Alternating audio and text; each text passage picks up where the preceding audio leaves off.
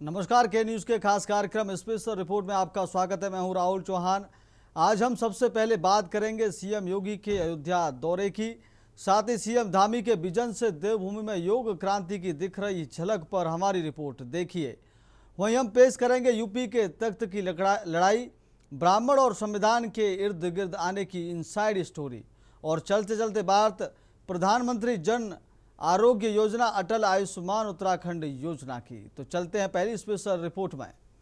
धर्म, आस्था और विकास की नगरी अयोध्या एक बार फिर देश की राजनीति और खबरों के केंद्र में है। एक तरफ जहां मुख्यमंत्री योगी आदित्यनाथ ने अयोध्या को करोड़ों की विकास परियोजनाओं की सौगात दी है, वहीं दूसरी तरफ राम मंदिर के मामले में सामने आए कथित चढ़ावा चोरी विवाद के बीच उनका यह दौरा बेहद अहम माना जा रहा है। मुख्यमंत्री ने रामलला के दरबार में हाजिरी लगाई, संतों से मुलाकात की और कड़ा प्रशासनिक संदेश भी दिया। आइए देखते हैं अयोध्या से हमारी यह विशेष ग्राउंड रिपोर्ट। सीएम योगी के संबोधन की बड़ी बातें, चढ़ावा चोरी विवाद पर जीरो टॉलरेंस का संदेश। राम मंदिर में दान और चढ़ावे की कथित गड़बड़ी पर पहली बार खुलकर बोलते हुए कहा कि सरकार ने इस मामले की गहन जांच के लिए एसआईटी का गठन किया है। जांच के बाद बहुत जल्द पूरी सच्चाई सामने आ जाएगी। रामलला के खजाने या आस्था के केंद्र के साथ खिलवाड़ करने वाले किसी भी अपराधी को बख्शा नहीं जाएगा। जब तक एसआईटी की आधिकारिक जांच रिपोर्ट नहीं आ जाती, तब तक इस संवेदनशील मामले पर किसी के भी चरित्र हनन का प्रयास न किया जाए। जनता और श्रद्धालुओं से भी अपील, अफवाहों पर ध्यान न दें और जांच रिपोर्ट आने तक संयम बनाए रखें। जिन्होंने कभी अयोध्या में मासूम राम भक्तों पर गोलियां चलवाई थी, आज वही लोग हमें शुचिता और ईमानदारी का उपदेश दे रहे हैं। अयोध्या को वैश्विक पर्यटन का सबसे बड़ा केंद्र बनाया जा रहा है, जहां सुरक्षा और आधुनिकता दोनों का पूरा ध्यान रखा जाएगा। रामलला का भव्य दरबार और भगवान की भक्ति में लीन उत्तर प्रदेश के मुख्यमंत्री योगी आदित्यनाथ अयोध्या की धरती पर जब सूबे के मुखिया पहुंचे तो उनके स्वागत में धर्म, संस्कृति और विकास का एक अनोखा संगम देखने को मिला। मुख्यमंत्री ने हनुमानगढ़ी और रामलला के दर्शन कर प्रभु का आशीर्वाद लिया। ये दौरा सिर्फ आस्था तक सीमित नहीं था। सीएम योगी ने अयोध्या को 291 करोड़ रुपए की 245 विकास परियोजनाओं की बड़ी सौगात दी। रुदौली में जनसभा को संबोधित करने के साथ साथ उन्होंने करीब 10 करोड़ की लागत से बने भव्य रामायण वैक्स म्यूजियम का उद्घाटन किया, जो अयोध्या आने वाले पर्यटकों के लिए एक नया आकर्षण बनेगा। मेरी अपील होगी सभी राम भक्तों से, अयोध्या के बारे में जो समाचार पत्रों में सुनने को मिला, हम लोगों ने ट्रस्ट के अनुरोध पर एसआईटी जांच बिठाई है और मैं उन्हें इस बात के लिए कह सकता हूं कि एसआईटी जांच दूध का दूध और पानी का पानी करके रहेगी, उसमें कोई संदेह नहीं। लेकिन मैं सभी से इस बारे में अनुरोध करूंगा, सभी पक्षों से कहूंगा कि कोई भी ऐसी अनर्गल टिप्पणी और बातें न हो जो राम भक्तों की भावनाओं को आहत करती हो, राम भक्तों की भावनाओं को आहत करती हो। अगर किसी के पास कोई डॉक्यूमेंट्री प्रूफ है, वे कृपया एसआईटी को उपलब्ध करवा दें, एसआईटी को दे दें, एसआईटी जांच करके देगी। और राम भक्तों से भी मैं कहना चाहूंगा, राम भक्तों से मेरी विनम्र अपील होगी, प्रभु राम ने हमें मर्यादा का पाठ पढ़ाया है, मर्यादित रहने का आचरण दिया है। हम उस मर्यादा का पालन करते हुए हमने 500 वर्षों तक, हम लोगों के पूर्वजों ने 500 वर्षों तक प्रभु राम के स्थान को लेने के लिए संघर्ष किया है। 500 वर्षों तक मर्यादित रहते हुए हमने संघर्ष किया है। 15 दिन और देख लें, इंतजार कर लो, चिंता मत करो। लेकिन हम अयोध्या को बदनाम करने वाले, राम जन्मभूमि मंदिर को अपमानित करने वाले लोगों के बहकावे में कतई ना आए। ये लोग कभी नहीं चाहेंगे कि अयोध्या का नाम हो। ये कभी नहीं चाहेंगे कि अयोध्या सम्मान पाए, क्योंकि ये लोग स्वयं क्षमता विहीन थे, कर नहीं सकते थे। तब अयोध्या को बिजली नहीं मिलती थी। आपको बता दें कि विकास की चमचमाती तस्वीरों के पीछे इस दौर की असली तपिश कुछ और ही थी। दरअसल ये दौरा ऐसे समय में हुआ जब राम मंदिर में श्रद्धालुओं के चढ़ावे और दान में कथित चोरी को लेकर सियासी भूचाल आया हुआ है। सरकार की बनाई 3 सदस्यीय एसआईटी इस मामले की गहराई से जांच कर रही है। सूत्रों की माने तो इस चोरी कांड के बाद सीएम योगी के तेवर बेहद सख्त हैं। एसआईटी को सीसीटीवी फुटेज से छेड़छाड़ के सुराग मिले हैं। यही वजह है कि प्रोटोकॉल के तहत राम मंदिर ट्रस्ट के महासचिव चंपुत राय को सीएम योगी के मंच के कार्यक्रमों से दूर रखा गया। सीएम योगी ने साफ कर दिया कि रामलला के खजाने में रत्ती भर की हेराफेरी बर्दाश्त नहीं की जाएगी। साफ है कि योगी सरकार एक तरफ जहां अयोध्या के कायाकल्प में कोई कसर नहीं छोड़ रही, वहीं पारदर्शिता के सवाल पर भी जीरो टॉलरेंस की नीति अपनाए हुए है। मुख्यमंत्री योगी आदित्यनाथ ने स्पष्ट संदेश दिया है कि अयोध्या का विकास भी बुलेट की रफ्तार से चलेगा और आस्था के केंद्र में सेंध लगाने वालों पर कानून का डंडा भी उतनी ही सख्ती से चलेगा। स्पेशल डेस्क के न्यूज इंडिया।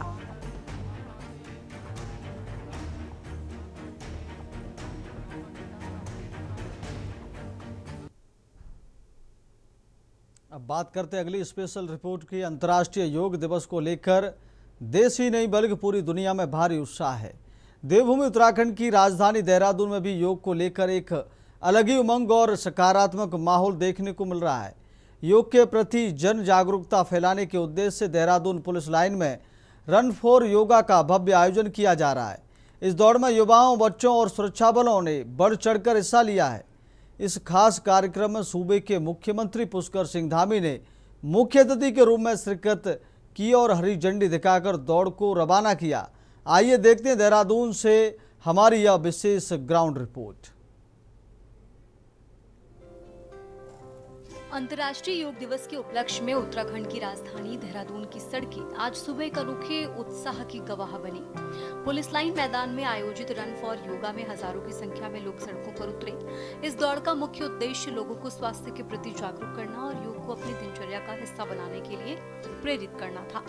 मुख्यमंत्री पुष्कर सिंह धामी ने खुद कार्यक्रम की कमान संभाली और धावकों का हौसला बढ़ाते हुए इस दौड़ को हरी झंडी दिखाई। कार्यक्रम को संबोधित करते हुए मुख्यमंत्री पुष्कर सिंह धामी ने योग के महत्व को रेखांकित किया। उन्होंने कहा कि आज की इस व्यस्त और भागदौड़ भरी जिंदगी में खुद को ऊर्जावान और मानसिक रूप से शांत रखने के लिए योग से बड़ा कोई माध्यम नहीं है। सीएम ने देवभूमि के लोगों से योग को अपने जीवन का अभिन्न अंग बनाने का आह्वान किया।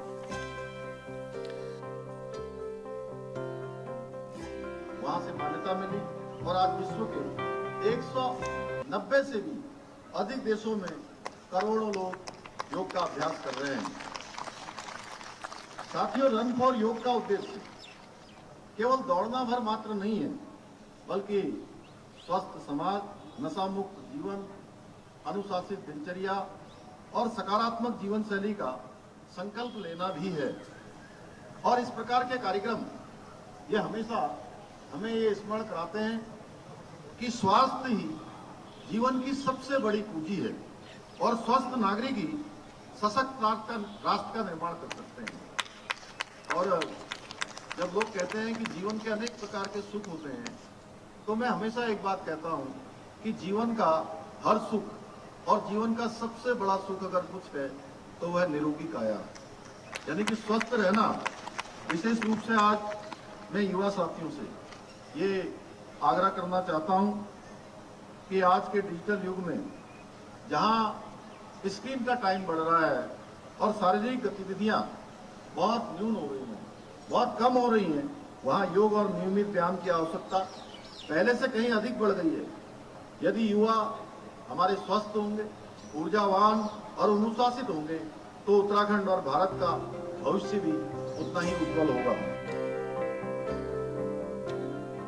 आपको बता दें कि उत्तराखंड को योग और वेलनेस की वैश्विक राजधानी बनाने के लिए मुख्यमंत्री पुष्कर सिंह धामी लगातार बड़े और दूरगामी प्रयास कर रही हैं। देवभूमि की आध्यात्मिक पहचान को वैश्विक मंच पर स्थापित करने के लिए धामी सरकार ने पारंपरिक आयोजनों से आगे बढ़कर नीतिगत स्तर पर बड़े बदलाव किए हैं।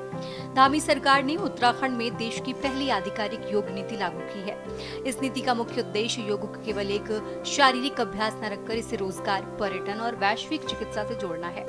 वहीं नई नीति के तहत राज्य में नए योग और वेलनेस सेंटर स्थापित करने के लिए 20 लाख रुपए तक की सब्सिडी का प्रावधान किया गया है। योग और ध्यान और प्राकृतिक चिकित्सा के क्षेत्र में प्रामाणिक शोध को बढ़ावा देने के लिए 10 लाख रुपए तक का अनुदान दिया जा रहा है। इससे न केवल योग के प्रति जागरूकता बढ़ रही है, बल्कि राज्य के युवाओं के लिए योग प्रशिक्षक के रूप में रोजगार के नए साधन खुल रहे हैं।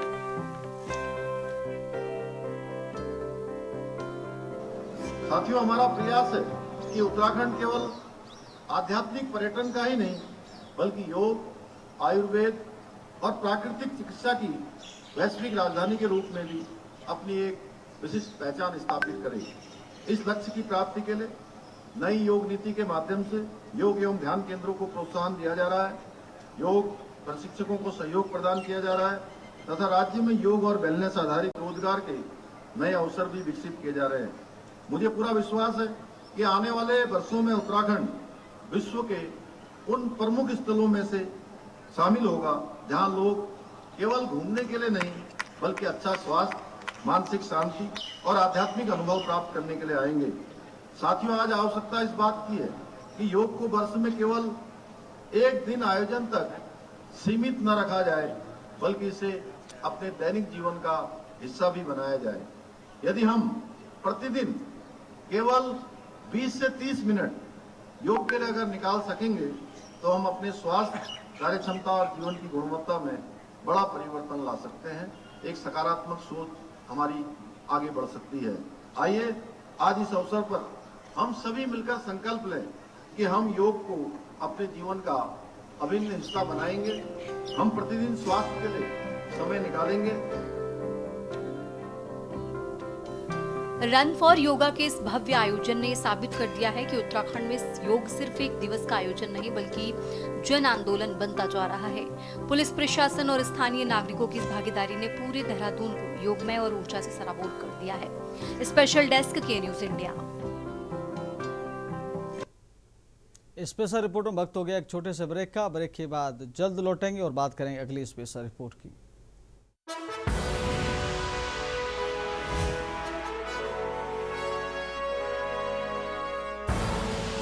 आप देख रहे हैं के न्यूज खबरों।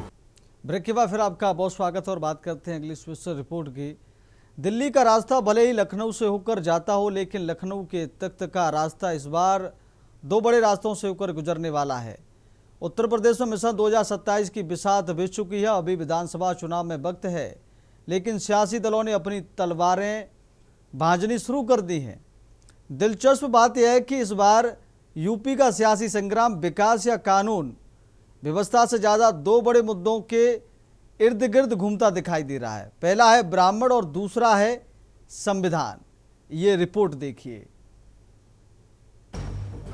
यूपी का ब्राह्मणगढ़, ब्राह्मण आबादी लगभग 11 से 12%।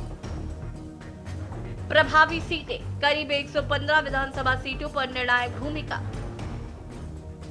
सपा का पीडीए प्लस ब्राह्मण प्लान, कांग्रेस का फरसा प्लस संविधान कार्ड, बीजेपी का राष्ट्रवाद प्लस सुशासन, बसपा का cadre plus social engineering. 2027 Uttar Pradesh की 403 विधानसभा सीटों पर कब्जे की जंग शुरू हो चुकी है और इस जंग में सबसे बड़ा मोहरा बनकर उभरा है राज्य का करीब 11 से 12% ब्राह्मण वोट। वो वोट बैंक जो सूबे की करीब 115 सीटों पर हार जीत तय करने का मादा रखता है। कभी बीजेपी का कोर वोटर माने जाने वाले इस समाज पर अब समाजवादी पार्टी की पैनी नजर है। तभी तो अखिलेश यादव ने लखनऊ में ब्राह्मण नेताओं का महामंथन बुलाकर साफ कर दिया कि 2027 के लिए उनकी रणनीति में अगला भी उतना ही जरूरी है जितना कि पिछड़ा और दलित। आपको बता दें कि सपा मुखिया अखिलेश यादव जहां पीडीए के साथ ब्राह्मणों को जोड़ने के लिए मैराथन बैठकें कर रहे हैं, तो वहीं कांग्रेस और राहुल गांधी के एक हाथ में परशुराम का फरसा है तो दूसरे हाथ में संविधान की प्रति दिखाई दे रही है। आखिर क्यों यूपी की राजनीति अचानक इन दो मुद्दों पर आकर टिक गई है, ये बात काफी अहम हो गई है। 2027 समाजवादी पार्टी का कार्यकर्ता नेता और 2027 उससे ज्यादा जनता तैयार है, क्योंकि जिस तरीके से महंगाई बढ़ रही है, विदेश नीति फेल हो रही है, भ्रष्टाचार बढ़ रहा है, नौकरी रोजगार नहीं है, हमारे जो भारतीय लोग हैं उनकी जान ले ली गई और डेड बॉडी अभी तक पहुंची नहीं है। घर परिवार के लोग अंतिम दर्शन करना चाहते हैं। तो सोचो, जो विश्व गुरु की दिशा में जा रहे थे, विकसित भारत की दिशा में जा रहे थे, डीजल पेट्रोल में मिलावट करके इन्हें सस्ता करना पड़ रहा है। और मैं आज आपको कह के जा रहा हूं, 27 की बात आपने पूछी है, ये सरकार ने जो रूमर फैलाया है, ये जो रूमर फैलाया है कि नवंबर में चुनाव करा देंगे, ये सरकार एक दिन भी अपनी कुर्सी नहीं छोड़ सकती है। लेकिन इनको डर है कि जब गेहूं की फसल आएगी तो डीएपी कहां से लाएंगे, जब गेहूं की फसल आएगी तो खाद और डीएपी कहां से लाएंगे। इसलिए ये अपने सर्वे करा रहे हैं। हर विधानसभा में इनके सर्वे के लोग पहुंच गए हैं। वो सर्वे कर रहे हैं कि अगर नवंबर में चुनाव करा दें तो कितनी सीटें जीतेंगे, क्योंकि इन्हें पता है खाद ये नहीं दे पाएंगे। जब किसान को खाद नहीं मिलेगी तो अभी तो डीजल पेट्रोल महंगा हुआ है, नौकरी पे सवाल खड़े हुए हैं, चंदा चोरी का और चढ़ावा चोरी का सवाल खड़ा हो गया। ये आपने देखा इतना ब्राह्मण समुदाय आया जो भाजपा को जिताता, आवाज खड़ा है समाजवादी पार्टी जिताने के लिए। सारा समाज आगे निकलकर, छोटा बड़ा पीढ़ी पंडित सब मिल करके भाजपा को यहाँ हराएंगे, क्योंकि यहाँ भाजपा का राज नहीं, यहाँ डिक्टेटरशिप। देख रहे हो रोजाना भाषा क्या बोली जाती है, लोकतंत्र की भाषा है। लोकतंत्र के हम तो बहुत मुख्यमंत्रियों के साथ रहे, देखे, कोई ऐसा नहीं भाषा जिस तरह से हमारे मुख्यमंत्री।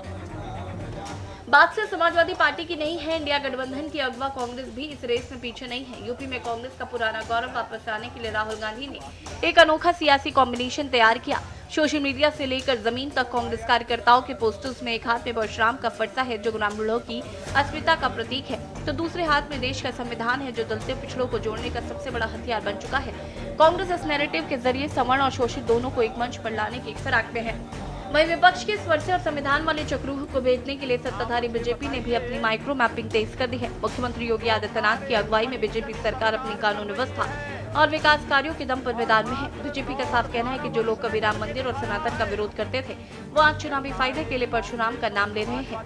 आप मुझे बताइए, जो कार्य डबल इंजन सरकार कर रही है और मात्र 9 और 12 वर्ष में करके दिखाया है, यह कार्य कांग्रेस और समाजवादी पार्टी के नेताओं को करने से, उनकी सरकारों को करने से किसने रोका था?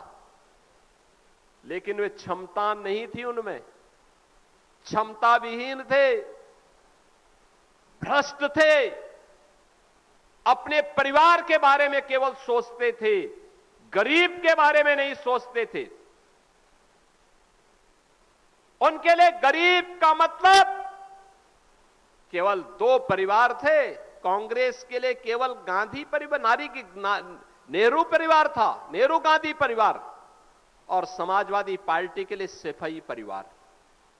बाकी उससे बाहर उनकी सोच ही नहीं थी। उससे बाहर वे किसी के बारे में सोच भी नहीं सकते थे। अगर कोई गरीब आवाज उठाता था तो उसकी आवाज को दबा दिया जाता था, और कोई राजनीतिक दल आवाज उठाता था तो इनके गुंडे और इनकी माफिया न केवल उनकी आवाज को बंद कर देते थे, बल्कि व्यापारियों का अपहरण करके पूरा तांडव करते थे। वहीं सोशल इंजीनियरिंग की जननी रही बहुजन समाज पार्टी की सुप्रीमो मायावती भी खामोशी से अपने पुराने दलित ब्राह्मण गठजोड़ को दोबारा जिंदा करने में जुट गई है। बता दें कि उत्तर प्रदेश की सियासत अब जातिगत समीकरणों और वैचारिक नैरेटिव में एक बेहद दिलचस्प मोड़ पर आकर खड़ी हो गई है। 2027 की महाजंग में जनता संविधान बचाने वालों के साथ जाएगी या फरसा उठाने वालों पर भरोसा करेगी, या फिर बीजेपी का सुशासन का किला भेद रहेगा, ये तो आने वाला वक्त ही बताएगा। लेकिन इतना तय है कि इस बार लखनऊ की गद्दी का मुकाबला बेहद कांटे का होने जा रहा है। स्पेशल डेस्क की न्यूज़। बात करते हैं अगली स्पेशल रिपोर्ट की। प्रधानमंत्री जन आरोग्य योजना, अटल आयुष्मान उत्तराखंड योजना एवं राज्य सरकारी स्वास्थ्य योजना के तहत सूचीबद्ध अस्पतालों पर राज्य स्वास्थ्य प्राधिकरण ने बड़ी कार्रवाई की है। कैशलेस उपचार से इनकार, मरीजों से अवैध वसूली तथा उपचार संबंधी मानकों में गंभीर अनियमितताएं पाए जाने पर 3 अस्पतालों की संबद्धता तत्काल प्रभाव से निलंबित कर दी गई है, जबकि एक अस्पताल पर 86,250 रुपये का जुर्माना लगाया गया है। देहरादून स्थित ओजस्वी अस्पताल और अरिहंत अस्पताल की आयुष्मान योजना के तहत संबद्धता निलंबित कर दी गई है। जांच में सामने आया है कि कई लाभार्थियों को कैशलेस इलाज नहीं दिया गया और रेफरल मरीजों को भर्ती करने से भी इनकार किया गया। देखिए ये रिपोर्ट। भाजपा सरकार की केंद्र की महत्वाकांक्षी आयुष्मान योजना हर गरीब आम नागरिक तक पहुंचाने का प्रयास राज्य सरकार द्वारा किया जा रहा है, लेकिन कहीं न कहीं निजी अस्पतालों की मनमानी के चलते इसका खामियाजा आम जनता को ही भुगतना पड़ रहा है। आपको बता दें कि आयुष्मान योजना से संबद्ध शहर के प्राइवेट अस्पतालों में मंगलवार को राज्य स्वास्थ्य प्राधिकरण की छापेमारी के दौरान कई अनियमितताओं का खुलासा किया गया है, जिसको लेकर अब राज्य सरकार उन तमाम प्राइवेट अस्पतालों को खंगालने में लगी है जहां पर आयुष्मान योजना से संबंधित घोटाले अनियमितता नजर आई। एक तरफ सरकार के स्वास्थ्य मंत्री सुबोध उनियाल हर स्थिति से निपटने की बात कर रहे हैं, तो वहीं मुख्यमंत्री के निजी सचिव ने भी साफ कर दिया है कि ऐसे लोगों को बख्शा नहीं जाएगा जो आम जनता के इलाज के पैसे के साथ खिलवाड़ कर रहे हैं, जिस पर अब राजनीति भी शुरू हो गई है। एक तरफ राज्य सरकार प्रदेश में शिक्षा और स्वास्थ्य को लेकर बेहतर प्रयास करने में जुटी है, तो वहीं सरकार की योजनाओं को प्राइवेट संस्थान अंगूठा दिखते लगाते नजर आ रहे हैं। देखिए 60 लाख से ज्यादा लोगों के आयुष्मान कार्ड इस राज्य बने हैं। इसके अलावा हमारा सरकारी कर्मचारी हमारा अलग है और इसके साथ साथ हम लोग एक ड्राइव भी चला रहे हैं कि ताकि ज्यादा से ज्यादा लोगों के आयुष्मान कार्ड बन जाए और उनको इसका लाभ मिल सके। लेकिन वहीं दूसरी ओर ये भी देखना आवश्यक है कि इसका दुरुपयोग ना हो, इस पे जो आदमी उस पर डिजर्व नहीं करता उसका अनुचित फायदा ना उठाए। तो इसीलिए मैंने आपसे कहा कि हम इसका फुल प्रूफ किस तरह से। कल स्टेट हेल्थ अथॉरिटी की तरफ से कुछ हॉस्पिटल्स का औचक निरीक्षण किया गया है और अभी उनकी रिपोर्ट मुझे प्राप्त नहीं हुई है, लेकिन ये जानकारी में आया है कि कतिपय अस्पतालों में आयुष्मान के लाभार्थियों के आड़ में कुछ ऐसी कृत्य किए गए हैं जो नियमों की परिधि में नहीं आते हैं और उनकी विस्तृत रिपोर्ट आने के बाद उस पर बड़ी सख्त कार्रवाई की जाएगी। सबसे पहले तो मैं आपको बता दूं कि उत्तराखंड क्रांति दल कोई भी चीज तथ्यों के आधार पर बात करती है। हमें देखने में मिला है कि ये जो आयुष्मान कार्ड का जो अभी छापेमारी हुई ये अब की बात है, लेकिन आयुष्मान कार्ड का जब से बीजेपी की चाहे केंद्र की सरकार हो चाहे राज्य की सरकार हो, जिस प्रकार से प्रचार प्रसार कर रही थी कि आयुष्मान कार्ड जनता के लिए हमने ये कर दिया वो कर दिया, ये धरातल पर एक बकवास थी, एक झूठ थी, एक जुमला था। अब इसका सीधा एक उदाहरण मैं आपको बता दूं कि आयुष्मान कार्ड की सरकारी हॉस्पिटल में आवश्यकता क्या है। अगर आप इसको गहराई में समझ सकें तो आपको सारे इन जुमलों का ये जो छापे पड़ रहे हैं, ये जो उस पर जो लोगों के भ्रष्टाचार कर रहे हैं सरकार, वो सब स्पष्ट हो जाएगा। तो स्टेट हेल्थ अथॉरिटी ने इस वक्त छापेमारी करी है और कई अस्पतालों के ऊपर जुर्माना लगाया गया है। वही बता रहा है कि आयुष्मान कार्ड के नाम पर क्या पैसों की बंदरबाट करी जा रही है और किस तरीके से जो अस्पताल हैं वो लोगों के साथ अत्याचार कर रहे हैं, मगर कोई कंट्रोल नहीं है। और आपने पेनल्टी लगा ली, इसका क्या वो है कि आप आने वाले समय में ऐसा नहीं होने देंगे। इसके लिए आपने क्या कदम उठाए ये नहीं बताया। जो खामियां है वो जब से आयुष्मान कार्ड आया है तब से हम देख रहे हैं, क्योंकि ये पूरा मॉडल ही गलत मॉडल है और इंश्योरेंस मॉडल जो होता है उसको और इस मॉडल को आप देखेंगे तो दोनों में जमीन आसमान का अंतर है। उसमें मैं नहीं जा रही हूँ इस वक्त। देखिए, सरकार की मंशा पर शक नहीं किया जा सकता। हम बेहतर स्वास्थ्य सेवाएं देना चाहते हैं। आयुष्मान के माध्यम से हम प्रदेश की जनता को स्वास्थ्य लाभ देना चाहते हैं। हाँ, उसमें कुछ लोग उसका दुरुपयोग अगर कर रहे हैं और ठीक प्रकार से अगर उसमें सहयोग नहीं कर रहे हैं तो सरकार उसको सख्ती से निपटेगी। और कोई प्राइवेट संस्थाएं अगर इस पर सरकार को कोऑपरेट नहीं कर रही है तो निश्चित तौर पर उन पर भी कार्रवाई होगी। लेकिन हमारी मंशा साफ है, हम बेहतर स्वास्थ्य सेवाएं देना चाहते हैं और आयुष्मान के माध्यम से पूरे उत्तराखंड को, ये पहले एकमात्र प्रदेश संभव तो है जो पूरे देश में जो आयुष्मान में इसका 100% कवरेज है, तो हम अपनी उस योजना को लगातार आगे बढ़ा रहे हैं और उससे लोगों को लाभ दे रहे हैं। एक तरफ बेहतर स्वास्थ्य सेवा न मिलने की वजह से पहाड़ों से ग्रामीण डांडी कांडी के सहारे अस्पतालों में अपना इलाज करने के लिए शहरी इलाकों तक पहुंच रहे हैं, तो वहीं सरकार की आयुष्मान योजना का लाभ सही से न मिलने के कारण इन मरीजों से मनमाने पैसे वसूले जाते हैं। यही वजह है कि सरकार को इस पर बड़ा एक्शन लेना बेहद जरूरी होगा ताकि जनता का पैसा जनता के काम आ सके। Uttarakhand tax report. फिलहाल स्पेशल रिपोर्टों मेरे साथ इतना ही। देखते रहिए के न्यूज इंडिया। नमस्कार।